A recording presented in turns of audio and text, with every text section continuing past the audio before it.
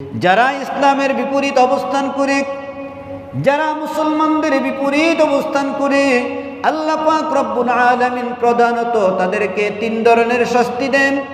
1 নম্বর শাস্তি হলো আল্লাহ তাআলা অতীত যুগে কাউকে বানর বানিয়ে দিয়েছেন।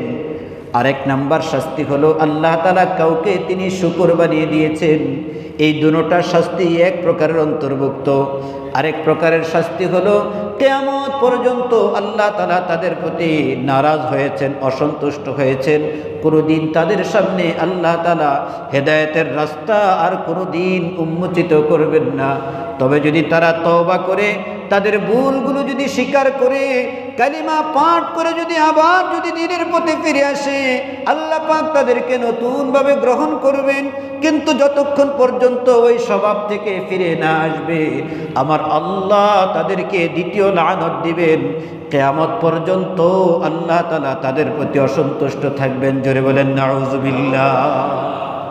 আল্লাহ যদি নারাজ থাকেন, আপনার আমার বাড়ি গাড়ি ধন দৌলত অট্টালিকা প্রাচুর্য যা কিছু থাকুক, আমার মালিক যদি আমার প্রতি নারাজ থাকেন, তাহলে আমার কোনো কিছুই নাই। কথা বলেন ঠিক নেবে। দেয়ালের মধ্যে মানুষ লিখে রাখে, ওয়ালমেটের মধ্যে মানুষ লিখে রাখে, তুমি দুনিয়াতে অনেক কিছু পেয়েছো, তুমি আল্লাহকে পাও নাই। মনে রেখো, তুমি কিছুই পাও নাই। আর তুমি দুনিয়াতে কিছুই পাও নাই, কিন্তু আল্লাহ তাআলাকে পেয়েছো। তাহলে মনে রাখবে, তুমি দুনিয়াতে সব কিছুই তোমার আছে। এজন্য কবি বলেছেন, আগার তু এক নহি মেরা তু কোই শাই নহি মেরি, जो तू मेरा तू सब मेरी, ये जमी मेरा फलक मेरी। जोरे बोलें सुबहानल्लाह।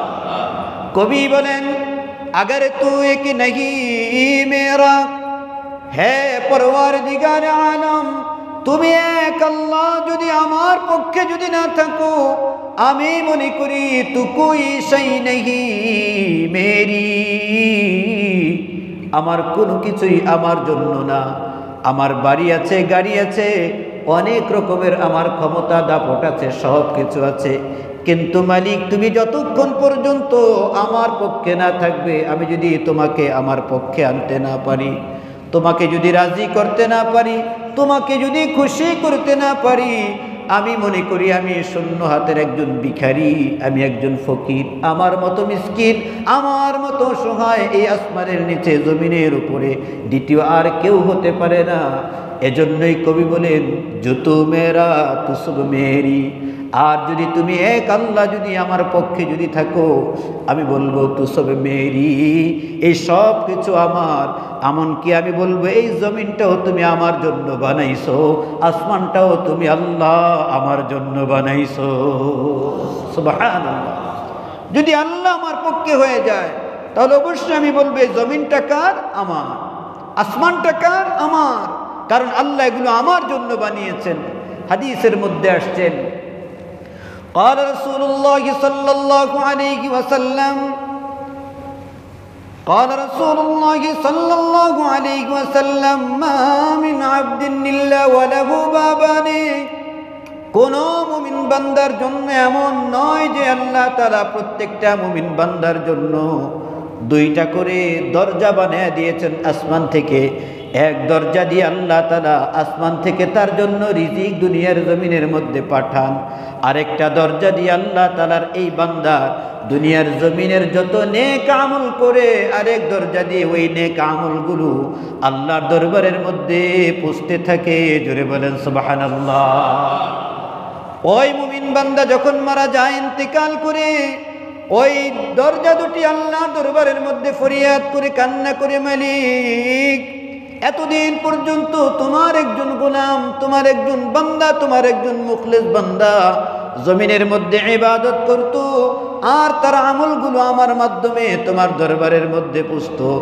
আরেক দরজা কেঁদে কেঁদে বলে, আল্লাহ তোমার বান্দার জন্য তুমি রিজিকের ফয়সালা করতে, আমার মাধ্যমে তোমার বান্দার কাছে রিজিকটা পৌঁছতো। এই রিজিক খাবার পরে তোমার বান্দা যায় নামাজের মধ্যে দাঁড়ায়া তোমাকে আল্লাহ বলে ডাকতো, রাতের অন্ধকারে তোমাকে মালিক বলে ডাকতো, বিপদের সময় বসে বসে তোমাকে আল্লাহ বলে ডাকতো, তোমাকে রহমান বলে ডাকতো। ওগো আল্লাহ, তোমার বান্দা দুনিয়ার জমিনের মধ্যে নাই, তোমার বান্দা চলে গেছে তোমার দরবারের মধ্যে। আমার বড় আফসোস হয়, আজকে থেকে তোমার বান্দার রিজিক আর জমিনের মধ্যে আমার মাধ্যমে পৌঁছবে না, এবং আমার মাধ্যমে তোমার বান্দার কোনো নেক আমল তোমার দরবারে পৌঁছবে না। এই জন্য আসমান এবং জমিন তাদের উপর কান্না করতে থাকে। সুবহানাল্লাহ। এই জন্য আসমান এবং জমিন ওই মুমিন বান্দার মৃত্যুবরণে কান্না করে। আর আমার আপনার মৃত্যুবরণে আসমান এবং জমিন আল্লাহর দরবারে স্বস্তির নিঃশ্বাস ফেলে, আমি জালেম, আমি অত্যাচারী, আমি অপরাধী, আমি কোরআনকে ধ্বংসকারী, আমি ইসলামকে বিনষ্টকারী, আমি মানুষকে নষ্টকারী, আল্লাহ পাকের জমিনের মধ্যে আল্লাহর জমিন, আল্লাহর আসমান আমার জন্য লাআনত করতে থাকে, লাআনত করতে থাকে। নাউযুবিল্লাহ। যারা এই অবস্থান থাকে তাদের 2 নম্বর শাস্তি, আল্লাহ পাক তাদের প্রতি কি থাকেন? নারাজ থাকেন। 3 নম্বর শাস্তি হলো তাদেরকে আল্লাহ তাআলা তার দরবারে সেজদা করা থেকে আল্লাহ তাআলা বঞ্চিত করে দেন। ওয়াবাদাত তাগুত। তাগুত কাকে বলে? তাগুত বলা হয় গায়রুল্লাহ, যেটা নাকি আল্লাহ না এমন বস্তুকে মাবুদ বানানো, এটাই হলো তাগুত। সহজ ব্যাখ্যা, যেটা গায়রুল্লাহ, এই গায়রুল্লাহকে মাবুদ বানানোই হলো তাগুতি রাস্তা অবলম্বন করা। অর্থাৎ আল্লাহ ব্যতীত, আল্লাহর বিধান ব্যতীত অন্য রাস্তা অবলম্বন করাই হলো তাগুতি রাস্তা অবলম্বন করা। তো আল্লাহ পাকের 3 নম্বর শাস্তি, যারা ইসলাম মানে না, যারা ইসলামের পক্ষে থাকে না, যারা কোরআনকে মানে না, যারা কোরআনের পক্ষে থাকে না, কোরআনকে রেসপেক্ট সম্মান করে না, আল্লাহ এবং আল্লাহ রসুলকে রেসপেক্ট আর সম্মানের সাথে স্মরণ করে না, আল্লাহ তাআলা তাদের 3 নম্বর শাস্তি দেন। ওয়াবাদাত তাগুত, তাদেরকে মাখলুকের গোলাম বানিয়ে দেন। আল্লাহর গোলামে ছেড়ে দিয়েছো, যাও আমি তোমাকে আমার মাখলুকের গোলাম বানিয়ে দেব। বলেন নাউযুবিল্লাহ। আপনি হয়তো দাওয়াত দিবেন অথবা দাওয়াত নিবেন।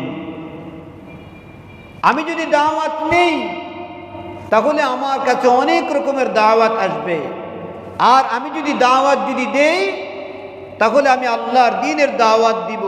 আল্লাহর দ্বীনের দাওয়াত দেওয়া, ভালো কাজের নির্দেশ প্রদান করা মানে আমার নিজের মধ্যে হেদায়েতের রাস্তাকে সুগম করা, হেদায়েতের রাস্তাকে অটুট রাখা। কারণ একজন মুমিন বান্দা অন্যকে এই কথা বলতে পারে না যা সে নিজে করে না। অন্যকে দাওয়াত দিব কেন? আমার নিজের মধ্যে হেদায়েতের রাস্তা ঠিক রাখার জন্য। ইন্নাল্লাযীনা কাফারু সাওয়াউন আলাইহিম আনজারতাহুম আম লাম তুনজিরহুম লা ইউমিনুন। হে নবী, আপনি কাফেরদেরকে দ্বীনের দাওয়াত দিলেও তারা ঈমান আনবে না, না দিলেও ঈমান আনবে না। তবে আপনি দ্বীনের দাওয়াত দিবেন কেন? এই দ্বীনের দাওয়াতের মাধ্যমে আপনার উম্মতের দারাজাত আমি আল্লাহ তাআলা বুলন্দ করতে থাকব। সুবহানাল্লাহ। আমি আজকে, কালকে, পরশু, 1 সপ্তাহ, 7 দিন দৈনিক 5 জন মানুষকে নামাজের দাওয়াত দিব। কয়জন মানুষকে? দৈনিক 5 জন মানুষকে নামাজের দাওয়াত দিব, নতুন করে 5 জনকে। এতে করে আমার দৈনিক 5 জনকে আমি নামাজের দিকে আহ্বান করলাম।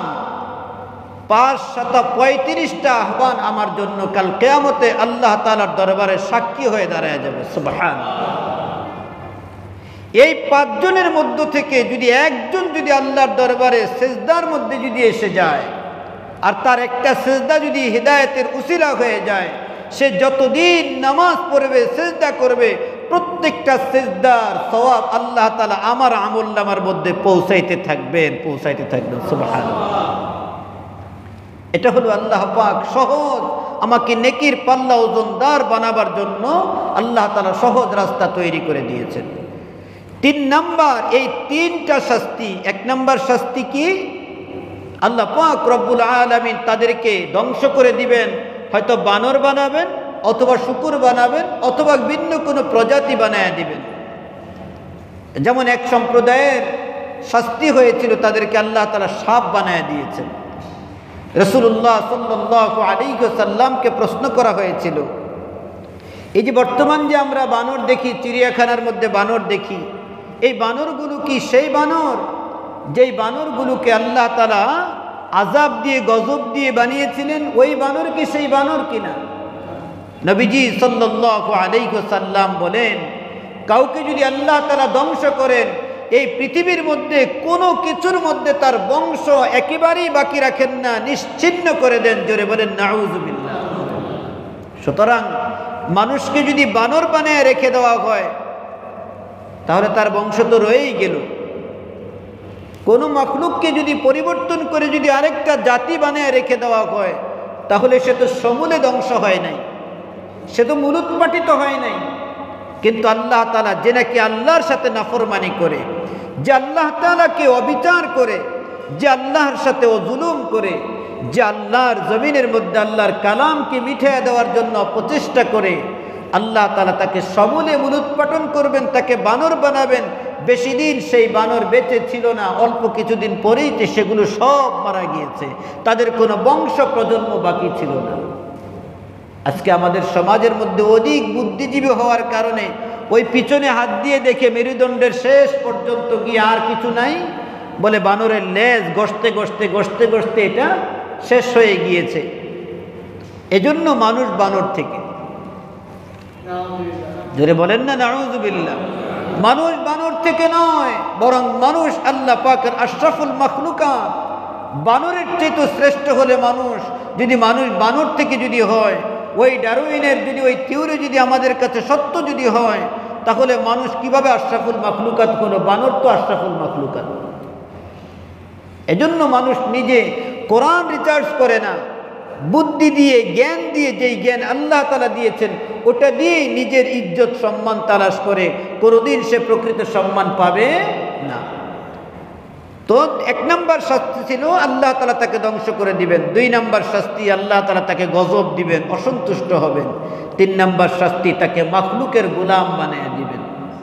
এজন্য দেখবেন যারা চামচাগিরি করে, এই চামচাগিরি করতে করতে করতে করতে তার জিন্দেগি শেষ হয়, কোনোদিন সে সঠিক রাস্তা অবলম্বন করতে পারে না। কারণ সে তো আমার চামচা, আমার গোলামি করে, আমি তো আপনার গোলামি করি, আপনার গোলামি না করলে তো আমার পকেটে টাকা আসবে না। এটাই হলো আমার জন্য প্রথম আযাব, যে আমি আপনার গোলাম হয়ে গেলাম। আল্লাহ পাক বলেছেন আমি মাখলুকের গোলাম তাকে বানায় দেব। যখন মানুষ আল্লাহর গোলামি করবে, সমস্ত মাখলুককে তার পায়ের তলে আল্লাহ তাআলা এনে দিবেন। কারণ সেও আল্লাহ পাকের একজন গোলাম, সেও আল্লাহ তাআলার গোলাম। তুমি যখন আমার গোলামি করতেছো, আমি তো তোমার জন্য আসমান জমিন বানাইছি, সুতরাং যা কিছু প্রয়োজন আমি তোমাকে দান করব, তোমার জন্য আমি সবকিছুর ব্যবস্থাপনা করে দিব। সুবহানাল্লাহ। একজন মুসলিম গবেষককে প্রশ্ন করা হয়েছিল, অধিকাংশ জিনিসপত্র মুসলমানরা আবিষ্কার করে না, কাফের মুশরিকরা আবিষ্কার করে, মুসলমানদের কি কোনো মেধা নাই? তখন ওই মুসলিম গবেষক যেমন প্রশ্ন এমন উত্তর।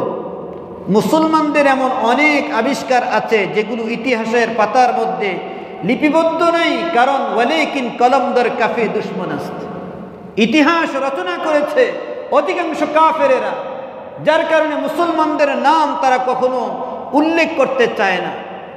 মাওলানা ভাসানী আমাদের দেশের মুক্তিযুদ্ধের জন্য শেখ মুজিবুর রহমানের সাথে তার কত সম্পর্ক ছিল, কথা অন্যদিকে যাবে না, আমি ব্যালেন্স আছে। কিন্তু মাওলানা ভাসানীকে কেহ কিন্তু স্বীকার করে না, তার কথা কেহ বিশ্বাস করে না, তার কথা কেহ স্মরণ করে না। কারণ তিনি যে একজন আলেম, তার মাথায় যে টুপি, তার পরনে যে পাঞ্জাবি, এজন্য তাকে কেহ মুক্তিযোদ্ধা বলে তাকে সম্মান হিসেবে তাকে দেখে না। মুসলিম গবেষক, মুসলিম বৈজ্ঞানিক, মুসলমানদের আবিষ্কার আছে, একথা চিরসত্য। কোন মুসলমান যুদ্ধের ময়দানে যায়, কোন মুসলমান রাতের অন্ধকারে আল্লাহর দরবারে চোখের পানি ফালায়, কথা বলেন ঠিক নেবে ঠিক। সুতরাং কোনদিন আল্লাহ পাক যতক্ষণ চাইবেন না ততক্ষণ আপনার সমাজে শান্তি আসবে না, আপনি অনেক কিছুই করতে পারবেন।